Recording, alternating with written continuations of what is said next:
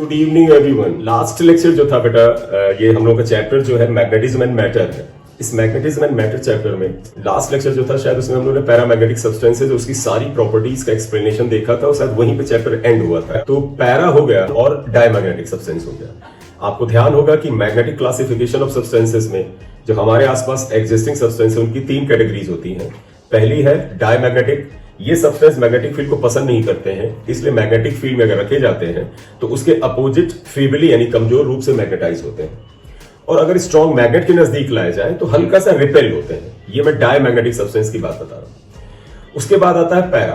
Para die का just उल्टा है। ये मैग्नेटिक फील्ड को पसंद करता है और कम ही करता है, यानी अगर एक्सटर्नल मैग्नेटिक फील्ड में या मैग्नेटाइजिंग फील्ड में रखा जाए तो ये मैग्नेटिक फील्ड की डायरेक्शन में मैग्नेटाइज होता है, फीबली कमजोर रूप से, बड़ा तगड़ा नहीं, बहुत ही जानदार नहीं। और अगर किसी बार मैग्नेट के नजदीक लाया जाए तो ये उसकी तरफ हल्का सा अट्रैक्ट होता है। इट इज अट्रैक्टेड वीकली और फीबली टुवर्ड्स द मैग्नेट। क्योंकि ये मैग्नेटिक फील्ड को पसंद करता है तो मैग्नेट को भी पसंद करेगा और उसकी तरफ आकर्षित होगा, लेकिन बड़ा स्ट्रांगली नहीं है, हल्का फुल्का मामला है यहां पर है। मैंने डाई और पैरा बताया, दोनों बिल्कुल अलग बिरादरी के हैं, ठीक है। अब आया फेरो। तो क्या फेरो तीसरी बिरादरी का है? नहीं। फेरोमैग्नेटिक सब्सटेंसेस बेटा जो होते हैं ये सारी वही प्रॉपर्टीज अपने में रखते हैं जो पैरामैग्नेटिक सब्सटेंसेस की हैं, बस स्ट्रेंथ, इंटेंसिटी बहुत ज्यादा होती है। मतलब जो काम पैरामैग्नेटिक सब्सटेंस हल्का फुल्का करते थे ये बड़ा स्ट्रांगली करते हैं। ये मैग्नेटिक फील्ड को बहुत ही ज्यादा पसंद करते हैं। स्ट्रांग मैग्नेट के लिए पास रखे जाए तो हल्का सा अट्रैक्ट नहीं होंगे, बड़ी तेजी से अट्रैक्ट होते हैं। तो आप कह सकते हो कि फेरोमैग्नेटिक सब्सटेंसेस में वो लगभग 100% तो नहीं, कुछ एक आध छोटे मोटे तो चेंज होंगे ही। अगर आप मेजर प्रॉपर्टीज पे जाएं तो फेरोमैग्नेटिक सब्सटेंसेस पैरामैग्नेटिक सब्सटेंसेस की लेस और मोर सारी प्रॉपर्टीज को मोर स्ट्रेंथ, मोर इंटेंसिटी के साथ रखते हैं। यही इनकी खूबी है। इसके अलावा जब छोटे मोटे बदलाव होंगे वही पढ़ने के लिए तो हम इस चैप्टर को आगे ले जा रहे हैं। तो अदरवाइज 100% एग्जैक्ट होता तो फिर पढ़ना ही क्या पड़ता। क्लासिफिकेशन ऑफ सब्सटेंसेस का जो लास्ट कैटेगरी है फेरोमैग्नेटिक सब्सटेंसेस, हम उसको पढ़ रहे हैं। तो हेडिंग डालिएगा ferromagnetic substances. Ferromagnetic substances have almost all properties of paramagnetic substances. Only strength या इसे इंटेंसिटी भी कहते हैं, intensity of these substances, these का मतलब फेरो, is quite large, काफी ज्यादा होती है, काफी हाई फाई रहती है। Second property, when ferromagnetic substances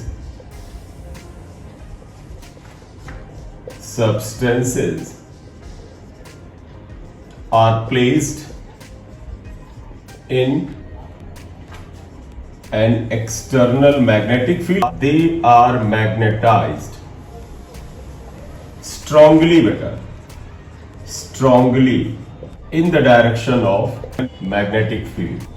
When brought near the strong magnet, they are attracted. हम बेटा फेरो की बात कर रहे हैं। They means what? Ferro. They are attracted strongly towards the magnet. जैसे example, iron, nickel, cobalt, hematite, Fe2O3, magnetite, Fe3O4।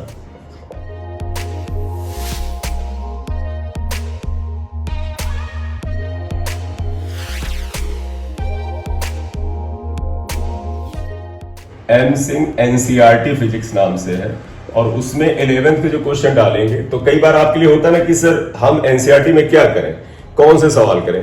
तो अगर आप मुझे फॉलो करना चाहते हैं, मतलब कि चलो यार सर के साथ ही चलते हैं, तो इतना तो तय है कि तुम्हारा जो ज्यादा नहीं फरवरी तक या फरवरी क्या या मार्च के मिड तक सारे चैप्टर 11th के कवर कर लेंगे न्यूमेरिकल पॉइंट ऑफ व्यू से। थ्योरी होता तो ना कर पाते, न्यूमेरिकल पॉइंट ऑफ व्यू से कर लेंगे।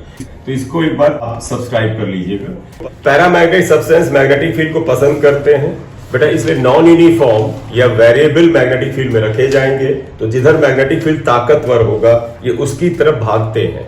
तो पैरामैग्नेटिक सब्सटेंस अगर वो स्ट्रॉन्ग मैग्नेटिक फील्ड की तरफ मूव करते हैं तो फेरोमैग्नेटिक सब्सटेंस बेटा यही काम बड़ा स्ट्रांगली करेंगे। तो बस यही वर्ड एक स्ट्रांगली आएगा, वहां वीकली था। तो आप अगला लिखो, when placed in non-uniform magnetic field, then they move from weak magnetic field to strong magnetic field strongly when liquid ferromatic substances are filled in U tube यानी U shaped tube, then they क्या हो जाएगा बेटा, ऊपर की ओर जाएंगे या their level rises,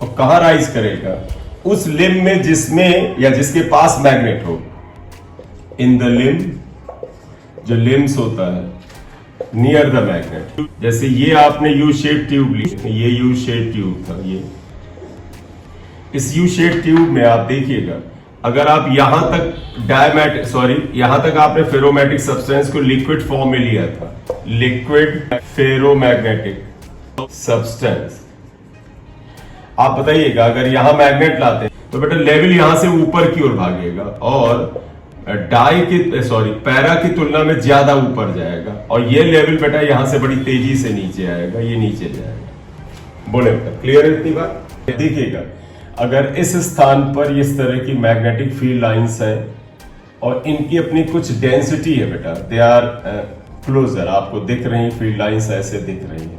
अब इसी स्थान पर मान लीजिए इतनी जगह पर हम एक फेरोमैग्नेटिक सब्सटेंस रखते हैं, तो अगली स्थिति में हम क्या करते हैं, एक फेरोमैग्नेटिक सब्सटेंस हम ये रख देते हैं बेटा, ये फेरोमैग्नेटिक सब्सटेंस है, फेरोमैग्नेटिक सब्सटेंस। ये देखो क्या होगा, अगर तुम कहोगे सर जितनी ये जगह घेरता है यहां से मान ले 1 2 3 ये लाइनें जा रही थी, तो ये तो जाएंगी, ये तो जो 3 लाइनें जो इसके अंदर से जा रही थी वो तो बेटा जाएंगी। ये अड़ोस पड़ोस की लाइनें, जैसे ये लाइन थी, इनको अपने अंदर खींचेगा, ये अपने अंदर खींचेगा, ओवरलैपिंग नहीं होती, तुम्हें पता है मैग्नेटिक लाइंस कट नहीं करती हैं। ये लाइंस जा रही थी, इसके अंदर से जाएंगी बेटा, अंदर से जाएंगी, ये मैग्नेटिक लाइंस इसके अंदर से ये जाएंगी। क्यों? क्योंकि इसकी मैग्नेटिक, मैं टेक्निकल वर्ड बताऊं बेटा, मैग्नेटिक परमेबिलिटी हाई होती है, या कह सकते हो ये मैग्नेटिक फील्ड को बहुत पसंद करता है। मैग्नेटिक परमेबिलिटी के टर्म में बात करना एक साइंटिफिक टर्म है और मैग्नेटिक फील्ड को पसंद करना एक व्यवहारिक टर्म है, करेक्ट?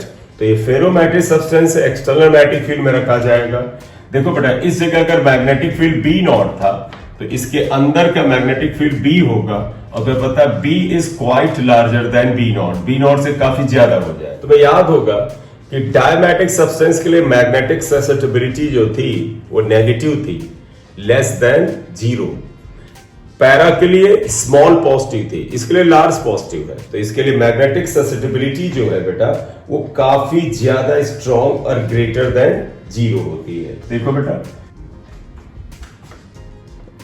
मैग्नेटिक ससेप्टिबिलिटी इसे काई एम से लिखते हैं, क्वाइट लार्जर देन 0, यानी लिखोगे लार्ज पॉजिटिव। ये सब ध्यान रखिए बेटा। नेक्स्ट था dependence of chi M on H. H क्या होता था बेटा? एक्सटर्नल जो मैग्नेटाइजिंग फील्ड था, जो मैग्नेट को या फेरोमैटिक या किसी सब्सटेंस को मैग्नेटाइज करने के लिए इस्तेमाल होता है। तो काई एम और एच में तो याद होगा magnetic susceptibility is the ease of the substance to magnetize in the magnetic field. ये उस सब्सटेंस की अपनी प्रॉपर्टी है, इसका एच से कोई लेना देना नहीं है। ये डाई में भी यही आया था आंसर, इंडिपेंडेंट, पैरा में भी, फेरो में भी। तो क्या लिखोगे? Chi M is independent of H, H पे डिपेंड नहीं करता। नेक्स्ट आइए, तो नेक्स्ट आएगा relation between I and H. अच्छा मेन पॉइंट वही है बेटा, जो पॉइंट बहुत ही छोटे में लिखे जा रहे हैं यही मेन है। जो हमने बड़े बड़ी लैंग्वेज लिखा कि they are magnetize brought near the magnet etcetera, वो सब केवल फालतू की थ्योरी है, लिखना है। असल में जो कुछ आता है इन सभी पॉइंट से आता है, ये सबसे इंपॉर्टेंट है। Relation between I H, I is not proportional to H, इसके प्रोपोर्शन में नहीं है। तो यहां क्या होगा? I is not proportional to H, नहीं है। तो तुम कहोगे फिर क्या होगा सर? भैया ये हम बेटा मैग्नेटिक सस्टेनेबिलिटी में यही पढ़ना है।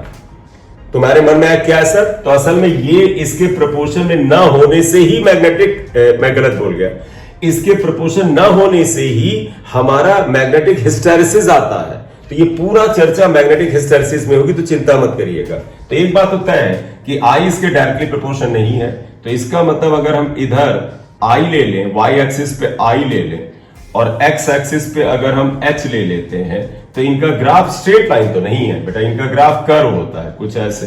क्यूरी टेम्परेचर, इसे हम टीसी से लिखते हैं। सी क्यूरी के लिए है, क्रिटिकल के लिए नहीं है, सी फॉर क्यूरी, राइट। देखिए आप सभी को एक चीज याद है, सुनिएगा बड़े लोग ध्यान से। टेम्परेचर बढ़ाने पर मैग्नेटिक प्रॉपर्टी घटती है। तो मैं फिर से बता रहा हूं, टेम्परेचर बढ़ाने पर मैग्नेटिक प्रॉपर्टी घटती है।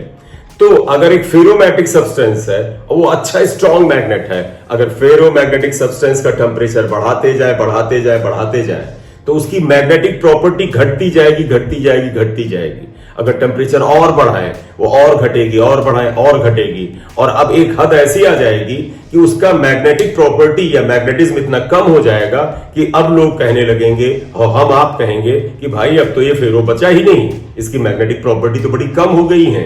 तो फिर वो क्या हो गया? अब वो पैरा की बिरादरी में आ जाएगा। जिस टेम्परेचर पर फेरोमैग्नेटिक सब्सटेंस पैरामैग्नेटिक सब्सटेंस की तरह बर्ताव करने लगता है, इसे क्यूरी टेम्परेचर कहते हैं। तो हम क्या लिखेंगे? If temperature increases, magnetism of ferromagnnetic substance decreases, the temperature above which it becomes paramagnetic substance is called Curie temperature. बोलिए क्लियर? तो लिखो if temperature of ferromagnnetic substance, ये बोर्ड के लिए भी इंपॉर्टेंट है, substances increases, then its magnetism decreases, घटता है बेटा, magnetism decreases, right? At a definite, above a definite कर लेते हैं, above a definite temperature,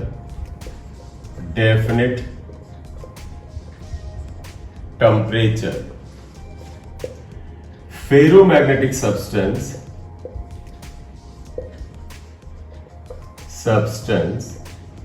या substances become paramagnetic, right? तो a temperature above a definite temperature, एक निश्चित टेम्परेचर और उससे ऊपर, मतलब ये घटना उस टेम्परेचर पे ही शुरू हो जाती है, उस टेम्परेचर पे वो पैरा हो जाता है, और अगर और बढ़ाते जाओ तो फिर पैरा में तो बना ही रहेगा वो फिर। तो is becomes paramagnetic substance is called Curie temperature, TC से लिखते हैं। एग्जाम्पल लिखिएगा, आयरन के लिए बेटा ये 770 डिग्री सेल्सियस है और निकेल के लिए 358, तो थोड़ा डेटा याद भी रख सकते हैं। इसे केल्विन में पूछा जाए तो तुम केल्विन में कन्वर्ट कर लेना बेटा। तो for nickel TC equal to 358 degree Celsius और for iron TC is equal to 770 degree Celsius. या अब आएगा effect of temperature on ferromagnetic substance. Effect of temperature,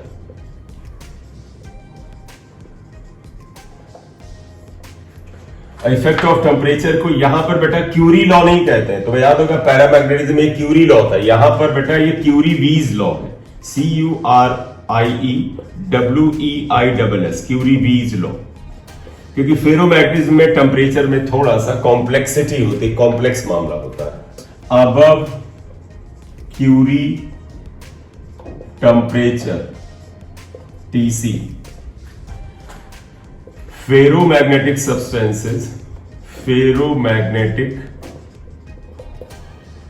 substances followed या obey Curie-Weiss law।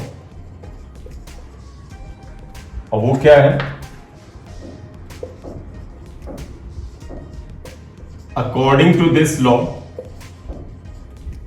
देखिए क्या आता है, chi M is proportional to 1/t minus TC होता है।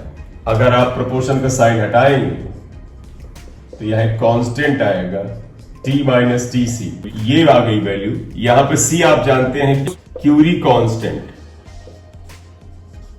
ये आएगा। थोड़ा ध्यान रखिएगा, यहां t माइनस टी सी आता है तो ये काई एम आएगा, ये टीसी है बेटा, देखो ये टीसी है क्यूरी टेम्परेचर।